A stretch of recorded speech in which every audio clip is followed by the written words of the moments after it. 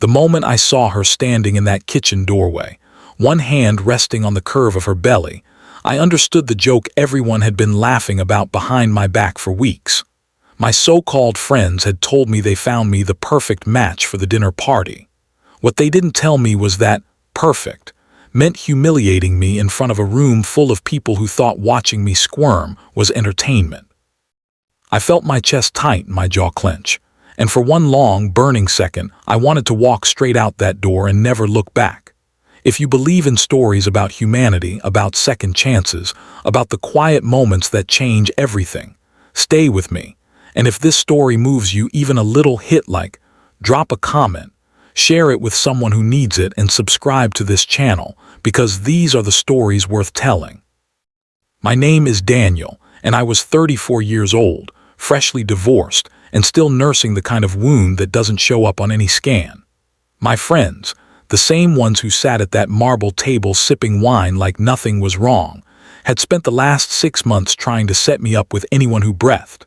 Setups had become a running gag among them, a way to fill the silence that followed my divorce with something they thought resembled help. But that night was different.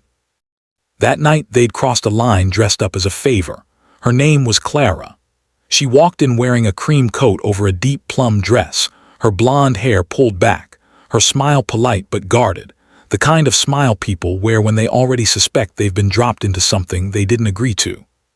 I later learned that our mutual friend, Marcus, had told her I was a divorced architect looking for something serious, and told me she was a woman named Clara who just moved back into town.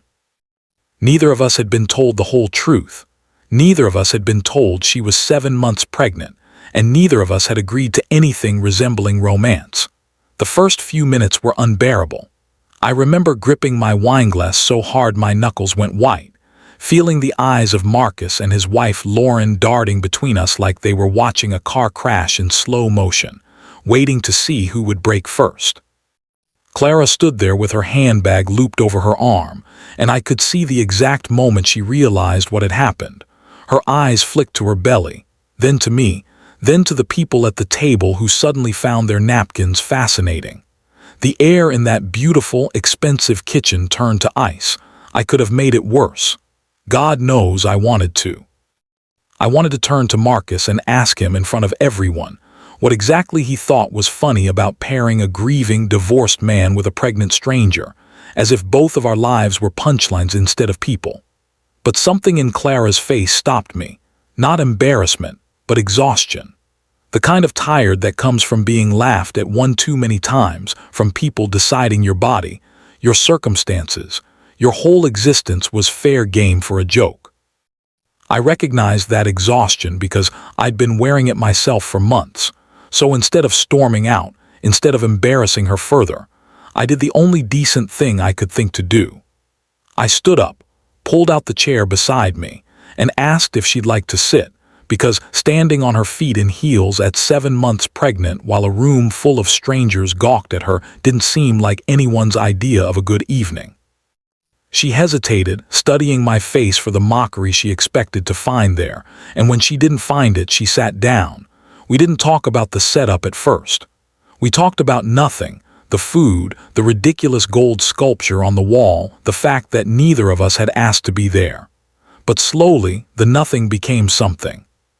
She told me she was due in 8 weeks, that the baby's father had left the moment he found out she was pregnant, vanishing from her life so completely it was as if he'd never existed at all. She told me she'd moved back to be near her sister, that she'd said yes to this dinner because she was lonely and tired of eating alone every night, not because she was looking for anyone to fix her. I told her about my divorce, about the year of silence that followed it, about how my friend's idea of helping me heal was throwing me at anyone who might distract me from the loneliness instead of asking what I actually needed. Somewhere between the second course and the dessert nobody touched, I realized we weren't performing for the room anymore. We were just two people who had been handed the same kind of pain, different in shape but identical in weight, and for the first time in months I wasn't thinking about my failed marriage. I was listening to someone else's story instead of drowning in my own. Marcus tried to laugh it off at one point. some comment about how well the date was going, and I watched Clara's shoulders stiffen before I cut him off, not with anger, but with a steadiness I didn't know I still had in me. I told him that whatever he thought this dinner was, it wasn't a joke to either of us anymore, and if he wanted to laugh at someone's pain for entertainment, he could do it without us at the table. The room went quiet in a different way now, not the cruel quiet from before, but the kind that comes when people realize they've misjudged the moment entirely. Something shifted after that. Lauren, who had been part of the setup, looked down at her plate with the flush of someone realizing she'd participated in something ugly without meaning to. The other guests stopped watching us like a spectacle and started actually talking to Clara like she was a person and not a punchline. I watched her exhale for what looked like the first time all evening, her hand resting on her belly, and I felt something unclench in my own chest too.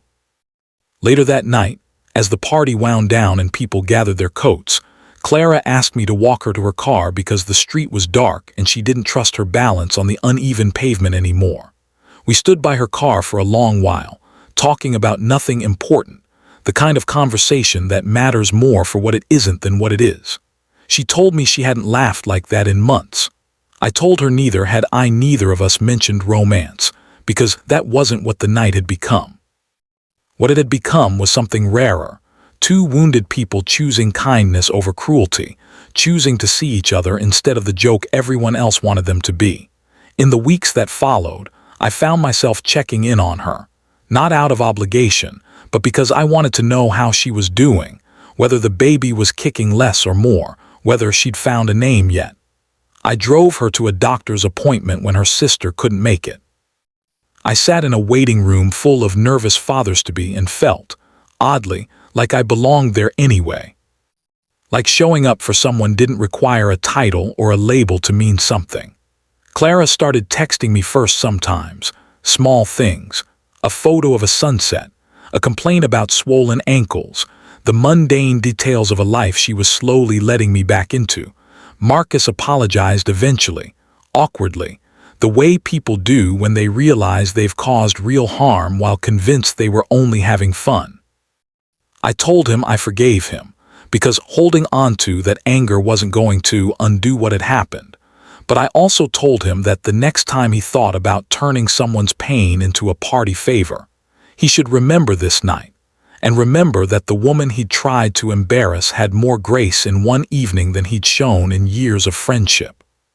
Clara had her daughter on a cold morning in late autumn, and I was the one who drove her to the hospital because her sister was 3 hours away and panicking on the phone. I sat in that hallway for 6 hours, feeling every minute of it, and when they finally let me see them, Clara looked up at me with her daughter in her arms and said something I'll never forget, that she used to think the worst night of her year would be the one where a room full of strangers laughed at her pregnant body like it was a mistake, but instead it turned into the night she stopped being alone. We're not some fairy tale couple, and I won't pretend this story ends with wedding bells, because real life rarely wraps itself up so neatly.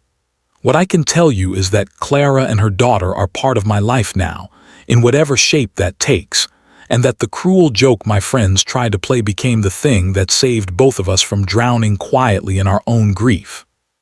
Sometimes the setup that's meant to humiliate you becomes the doorway to the one relationship that finally makes you feel like a person again, instead of a punchline. If this story touched you even a little, if it reminded you that kindness can undo cruelty, and that the people we're taught to laugh at are usually just carrying more than we can see, please take a moment to like this video. Leave a comment telling me which part moved you most. Share it with someone who needs a little hope today, and subscribe for more stories like this one. And before you go, I want to ask you something simple. Comment the word second chance below if you believe, like I do now, that even our most painful moments can be quietly rewritten into something beautiful. Thank you for staying with me until the end of this story. Every like, every comment, and every share helps keep these stories alive for the people who need them most.